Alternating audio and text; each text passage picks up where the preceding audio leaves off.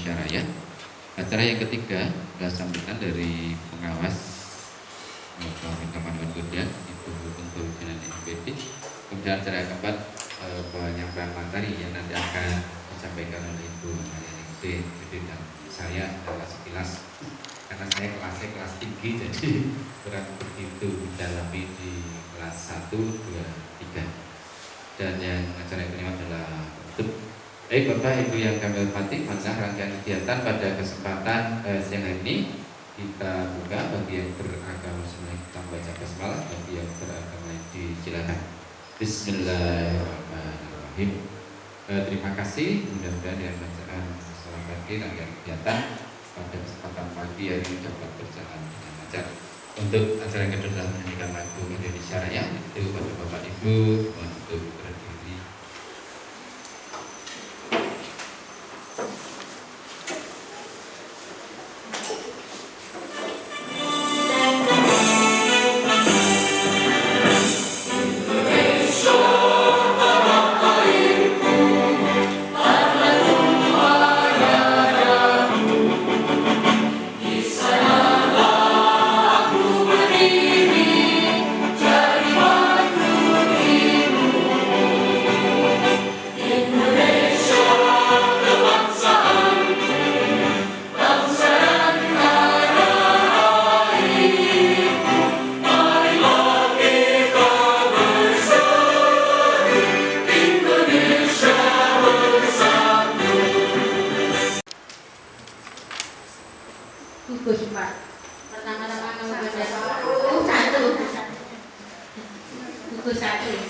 Pertama-tama menjaga puji syukur kepada Allah Subhanahu wa Ta'ala yang pada kesempatan hari ini telah memberikan rahmat-Nya sehingga kita dapat bertemu dalam keadaan sehat walafiat. Bapak Ibu, pertama saya memamitkan Bapak Dr. Andes Jumari, Master Pendidikan, beliau Fintech di UTL karena masalah pembelajaran setelah pandemi. Dalam kesempatan ini beliau titip salam kepada Bapak Ibu dan apresiasi juga atas telah terselenggaranya ASPD dan hasilnya yang luar biasa, kemudian naik peringkatnya, dan selamat kepada beberapa sekolah yang masuk 10 besar.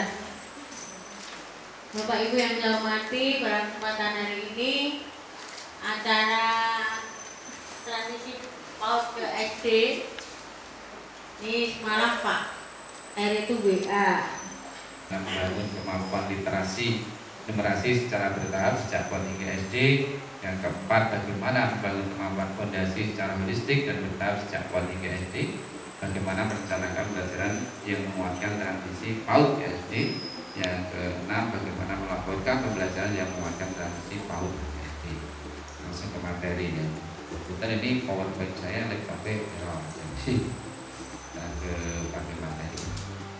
Jadi saya hanya akan membacakan saja, membacakan saja apa yang dimaksud dengan konsep kesiapan bersekolah dari transisi PAUD ke SD. Jadi siap sekolah itu di mana kondisi anak memiliki kemampuan fondasi sebagai pembelajar sepanjang hayat. Sedangkan transisi itu anak berpindah dan menyesuaikan diri dengan lingkungan belajar baru. Jadi transisi PAUD ke SD itu proses di mana anak berpindah dari perannya sebagai peserta didik PAUD menjadi peserta didik SD. Transisi yang efektif adalah saat anak tidak perlu melakukan terlalu banyak penyesuaian sebagai akibat dari perpindahannya. Jadi Bapak Ibu, sebetulnya orang tua sekarang itu pengennya anak kesusu lebu SD gitu ya. Ketika umurnya lagi 6 tahun lewat sedikit, 63, 64 kesusu ke SD. Padahal anak itu secara belum siap, secara mentalnya belum siap, tapi karena keinginan orang tua ya seperti itu. Jadi kenapa pemerintah itu mencanangkan ya usia 7 tahun, karena supaya anak itu betul-betul siap rasa kesusu dan sehingga kemarin kalau di sini alhamdulillah pendaftarnya 36 ya, dan 36 dan 45 kita hanya punya satu kelas ya, terpaksanya harus memberi pengertian kepada orang tua. Jadi itu Jadi ini kaitannya dengan Merdeka Belajar episode bukunya. Contoh buku kurikulum Merdeka menyertakan gambar visual sehingga tidak mewajibkan siswa kelas 1 untuk membaca. Setiap hari cari ini, Caca terus mencoba hingga ia bisa. Ini gambar anak-anak lagi pimpinan gitu ya. Ini gambar apa biasanya naik sepeda orang kudu moco nih ngerti gambare gitu. Nah ini gambare lagi waktu gitu ya naik sepeda tadi sepeda. Kemudian buku kurikulum Merdeka membimbing siswa untuk membilang kemampuan intuisi membilang itu number sense dengan menggunakan konten visual. Ini jodohnya tadi. Hitung banyak bendanya. Ini gambar buku ya. Ini dijodohkan. Jadi langsung disesuaikan dengan titik-titiknya siji loro telu papat. Jadi seperti itu. Ini gambar papat dijodohkan dengan titik papat. Jadi anak masuk ke situ. Titiknya ada. Ini mungkin yang sudah mengajar di kelas 1 paham sekali umur dia itu ahlinya ya. Saya melu-melu. Nanti juga di kelas 5 juga di SD kami juga sudah mulai kurikulum Merdeka. Kemudian ini aspek kemampuan berbasis cilik-cilik banget ya. Jadi mengenal nilai agama dan budi pekerti. Jadi mengenal konsep Tuhan Yang Maha Esa dan memulai kegiatan ibadah sesuai dengan agama atau kepercayaannya. Kedua, bersedia menjalin interaksi dengan teman sebaya. Ini contoh perilaku dari aspek fondasi mengenal nilai agama dan budi pekerti. Berkata, angkat tangan kanan. Kanan, dia harus bukan. Yo, yang saya bingung ini ngomong di. Turunkan. Lah, konsentrasi. Kan tidak ada Pak Guru berkata. Mau wes ya, contohnya seperti itu ya. Contohnya seperti itu. Jadi harus ada abang-abangnya Pak Guru berkata atau ibu berkata gitu ya. Itu jadi miskonsepsi literasi untuk anak usia dini. Nah, pernyataan berikut ini. Mengajar membaca dimulai dari menghafal huruf A sampai Z. Ini konsep yang betul atau salah? Ini kurang tepat atau tepat ini? Mengajar membaca itu dimulai dari menghafal huruf A sampai Z. Kalau yang sekarang bagaimana Bu? Yang sudah dilaksanakan? Yang di kelas khususnya di kelas 1 ya. Nah, ibu menerapkan yang bagaimana? Membacanya dimulai dari menghafal huruf A sampai Z atau langsung ke bagaimana metodenya? Mungkin ada yang mau berbagi. Biasanya guru kelas 1 sih. Guru kelas 1 bubar wae. Sing tak kenal Bu. Bu Sri ya. Bu Sri ini pengalaman sekali bagaimana? Ini tuh pengajar membaca itu bagaimana?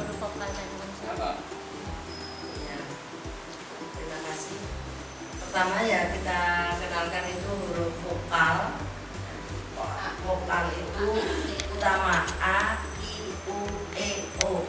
Karena nanti untuk menggabung dengan huruf konsonan sehingga menimbulkan suatu bunyi atau suku kata.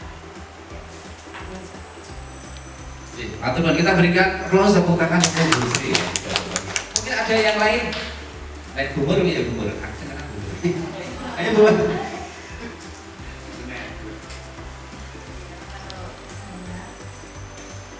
Terlebih dahulu mengenalkan vokal dulu.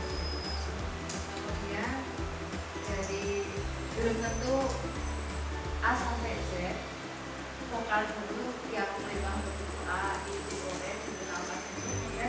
Baru memberikan contoh misalnya mengambil huruf M atau N itu nanti digabungkan dengan huruf A bunyinya apa, digabungkan dengan huruf O bunyinya O gitu. Terus nanti baru kenalkan dengan gambarnya apa ya kalau gitu. Baik, terima kasih. Kita berikan close pada Bu Putri juga ya. Luar biasa guru-guru kelas 1 nih. Di SD swasta di SD Muhammadiyah Sidoarjo Pak sudah terancang lebih dulu bahkan ini bagi saya di SD negeri ini hal baru yang harus iya memang benar kita harus merancangnya dulu apa yang dibutuhkan medianya, apa yang dibutuhkan kolaborasi dengan orang tua, dengan guru yang lain. Ini perlu dirancang, jadi biar anak-anak anak baru bisa senang dengan kegiatan yang sudah dirancangnya. Jadi ini perlu sekali dalam merancangnya.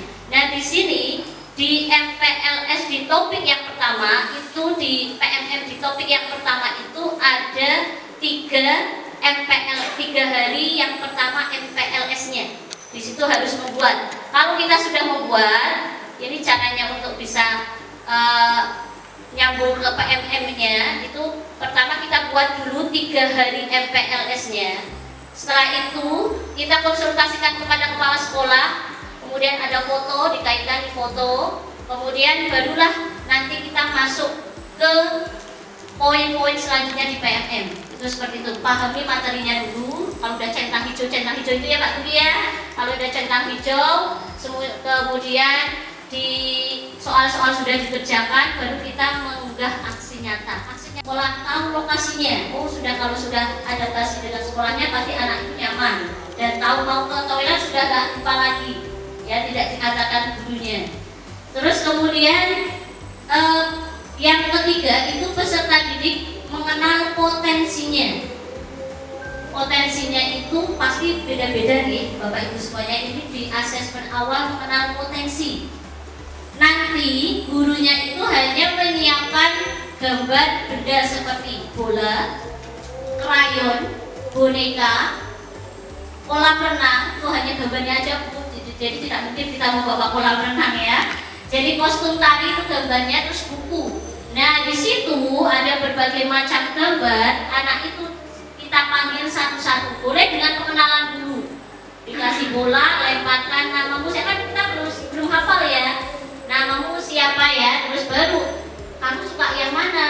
Baru kalau sudah tahu, oh saya suka yang boneka. Berarti kamu suka boneka ya? Iya. Kamu suka tari, berarti suka menari. Kalau dia mengambil kolam renang, dia suka berenang. Sudah sampai tidak temu. Oke, sekarang temu 1. Siap gitu ya, temu 1. Oke, ada tepuk semangat. Semangat. Lagi-lagi ya. Di kelas 3 kayaknya juga perlu loh Bu, biar gurunya juga ikut semangat, yang ngantuk jadi nggak ngantuk gitu. Tepuk semangat. Semangat.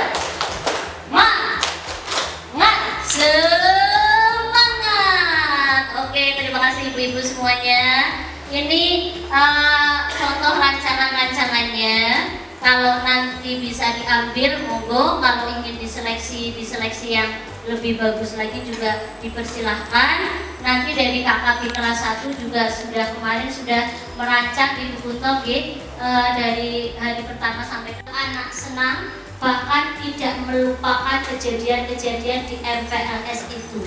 Terkenang selalu ya Pak Tugi ya? Iya, pasti anak kegiatan itu terkenang selalu ya. Karena di SD negeri saya dulu hanya 3 hari saja. Ini 10 hari loh Bu, berarti terkenangnya luar biasa. Anak-anaknya pasti yang tadinya di PAUD mungkin dia senang-senang terus, gembira terus, nyanyi terus. Dari sekolah SD harus baca tulis itu langsung, kan itu tidak mungkin. Pasti ada lagunya, ada permainannya, ada sesuatu yang membuat anak itu tidak jenuh. Contohnya saya tadi yang konsentrasi 10 menit ya Bu ya. Memang anak kelas 1 itu konsentrasinya itu kelas 1 baru sudah siap kok masih ada yang rame. Nah itu berarti itu anaknya belum konsentrasi. Jadi untuk mengambil hati dan pikiran anak kelas 1 untuk bisa konsentrasi itu menjadi PR selalu bagi kelas 1 ya Bu Sri ya. Jadi kalau kelas 1 sampai jam 11 pulang, tenaganya sebetulnya sama dengan guru kelas. Terima kasih, walaupun sudah jam 12 waktunya makan siang, tapi kita tetap semangat ya. Walaupun tidak makan siang tetap semangat. Terima kasih karena kita sudah monggo Bapak Ibu semuanya disilahkan untuk minum dan makan yang sudah disediakan.